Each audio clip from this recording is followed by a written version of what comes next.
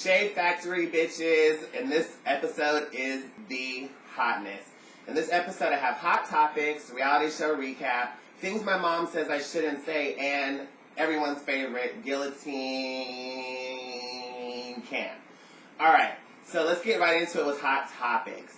Morgan Freeman is marrying his step-granddaughter, and he's been fucking her since she was 16, allegedly. Morgan Freeman, stop it. I mean, this only happens in white households, right? Like in Alabama. Well, you know, speaking of white households, if one more of my white friends sends me a nomination for a Nigger of the Month award, I will drive to your house and beat your ass. I'm not playing with you. That's not a word you can use. I am black, at least half black. Some people say I'm Polynesian, though. But you know what? White people, no more nominations for Nigger of the Month. It's not your place. Alright. Also, things my mom says I shouldn't say. So my mom is so mad at me about this show. She be like, Cameron, you can't be cussing like that. She doesn't want me to say things like bitch, pussy, cock, dick, nigger, motherfucker, hot love hole, slut ass pussy bitch. She don't like when I say stuff like that. So this is my shout out to you, Mom. I will try to work on my motherfucking language. Alright, moving on to reality show recap. And in this week I'm going to be talking about The Real Housewives of Atlanta, Part 2 and Part 3, as well as Mob Wives and Basketball Wives on VH1. So let's get right into it with The Real Housewives of Atlanta, Part 2 and Part 3 recap, which is so good. That was one of the best reunion shows I've seen. Alright, so basically Peter, you know, that's Cynthia's husband, does not get along with Cynthia's sister, Mallory. He has so much to say about her, but doesn't understand why she doesn't like him. Basically, Peter, I think that you need to stop using Cynthia's money so much. I mean, at least on the show, it really makes me uncomfortable when you're asking her for money to throw a party or to open up a new business. We know you've had a couple of failed businesses, Peter. Just kind of get that together. I know that, like, a man and a woman become a couple or whatever, and they share money. But at least while it's filming, Peter, don't ask her for no money. That just gives Mallory ammunition. Another thing that gives Mallory ammunition is when you say at a dinner party, hello to all my family and friends, and stank-ass Mallory. Like, I mean, that's going to cause a problem, Peter, and if you can't see that, I don't know what is. I mean, Papa Smurf had the gift of foresight, so you should at least have something, Black Smurf. Alright, let's move on to Croy. Isn't Croy fine? Croy, you know what? I'm going to start stalking you, for real. Like, you will learn to love me, and I will be your leader. Alright, let's move on to Peter and Apollo. Now, this season of The Real Housewives of Atlanta had a lot of drama going on with the men, not just the women. So, Peter, once again, started talking shit in a magazine article. He said that Sheree wasn't cute, but she thinks she is. Haha, pretty bitches that think they're cute when they're not. Alright.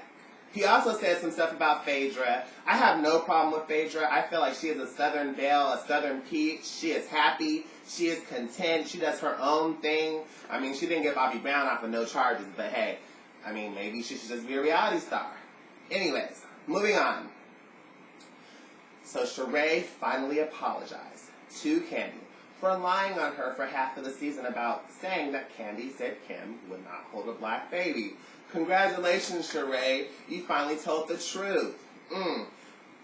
Alright, moving on to Kim still owes Kandi money for Tardy for the Party. But Kandi said, you know what, Kim, I know you still owe me this money, but a lot of good things have come out from making that song with you. Like, for instance, Kandi has her own reality show now. Like, for instance, Kandi had a successful single with Lawrence, you know, the gay guy who dresses up in drag. He's like a butch queen. Yeah, he came out with a single called Closet Freak, and I think it was like on the top 10 of iTunes for like a day. Yay! Alright, so I freaking love Phaedra Parks. She is happy and content. Everybody knows Cameron loves him some Phaedra. Okay. But she really does cover up for Apollo big time. I mean, she can't even speak about what he does. I like Phaedra until she gets to talking about what her husband does and what he doesn't do and how she has to ask him for permission to talk about a certain subject. You're on a reality show, girl. Let the tea be the tea. Tell the truth all the time. If your man is a repo man, just say he's a repo man. Keep it real. We don't want to happen to you what happened to Sheree. So you know if you're telling a false story, lying on Bravo, they will axe your ass. Okay. Did you guys hear Marlo Hampton trying to clown Kim? It looked like she rehearsed it, like it was something that she had went over her head for like 8 days before the show. She was like, Kim, I feel like we are cut from the same cloth. And then she was like, no, we not. You're a whore. Why you call me a whore? I was just like, it was so like out of the blue. It didn't make any sense. Marlo Hampton, you can't clown for shit. But I'm not gonna lie, I did like your weave. I did like Marlo Hampton's weave. Alright. Nene hella was clowning Sheree in part 3 of the reunion. Nene was like, Sheree, you on the wrong team, boo-boo. If you need help, boo-boo, I can help you. I can help you. And Sheree was like, I don't need no help. Little does Sheree know that she's out of a job, and you probably did need to be on Team Nene. She probably has a good-ass manager. She can probably get you, like, gigs and clubs, you know, where you go to the club and keep it hype, and everyone comes to the club because Sheree's on the flyer. You probably could have did that and had some money. But no, now we'll probably see you, like, on, I don't know, Get This Celebrity Out of Here, some little stupid show on TLC or something. Bye-bye, Sheree. And also, bye-bye, Marlo. All right. I loved how Cynthia was going off on Kandi and Kim. She was letting them know. Basically, Kim does not think she was a mistress. Kim, you were a mistress, and that's why I'm about to be with Roy. What comes around goes around. I will personally see to your karma, bitch. I'm going to get that man. All right. Kandi clowned the hell out of Marlo Hampton. She was like, you hoe ass escort. I was rolling on the fucking floor. It was so funny. Hashtag ROTFL, niggas. Alright, let's talk about Mob Wives on VH1 and also Basketball Wives on VH1. Okay, so like I said in episode 2, Renee Graziano's husband, Junior, ex-husband Junior, is now locked up. I mean, he's not locked up. He got her dad locked up because he basically turned the state's witness and got a whole bunch of other people locked up. You heard it here first, episode 2. Yeah, I said it, and yeah, it happened. Renee Graziano, my heart goes out to you. My heart also goes out to Junior Graziano, her son. I know it sucks. This is really the only thing making this season of Mob Wives good. All right, Basketball Wives. Did y'all see how Evelyn's friend was trying to talk to Jennifer about how we used to be friends and how you just kind of cut me off and you still have the keys to my apartment and you haven't given them back?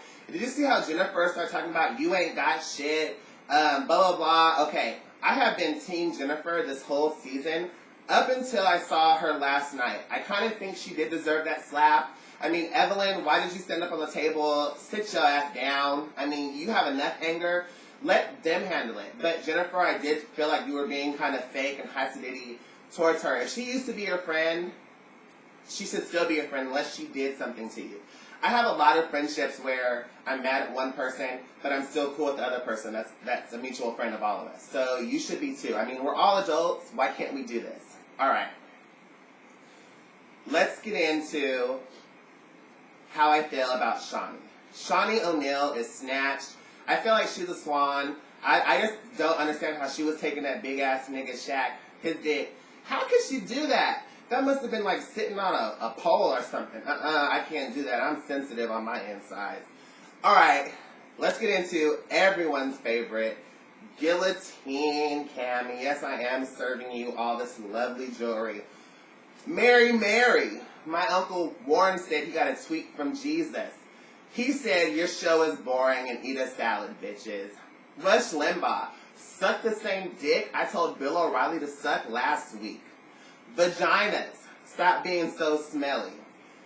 Is Simon Cowell gay? I don't know, he looked like family to me. But I am so sick of all these fucking singing shows. I'm sick of them. Nobody becomes famous. Shannon Doherty, get your teeth fixed, snaggapuss. Mitt Romney is a moron. Oops, I mean, I'm sorry, he's a Mormon. Same difference. Okay, so I have a friend, a grown man, then changed his name on Facebook. I'm sorry. I know I'm gay, but I ain't calling no other grown man pistachio. I'm not doing it. Your name, I'm going to call you what your mama named you, and it's not pistachio. Okay, everybody, come back every Monday, ShadeFactorie. What I would like to see is more of my friends sharing this on their Facebook, more likes, more comments. You know this is your favorite guilty pleasure every Monday. Come back, see me. And also, maybe kind of look out for me on Sacramento Cable Access. Just saying, it's Cameron Smith, signing off. Another episode of ShadeFactorie.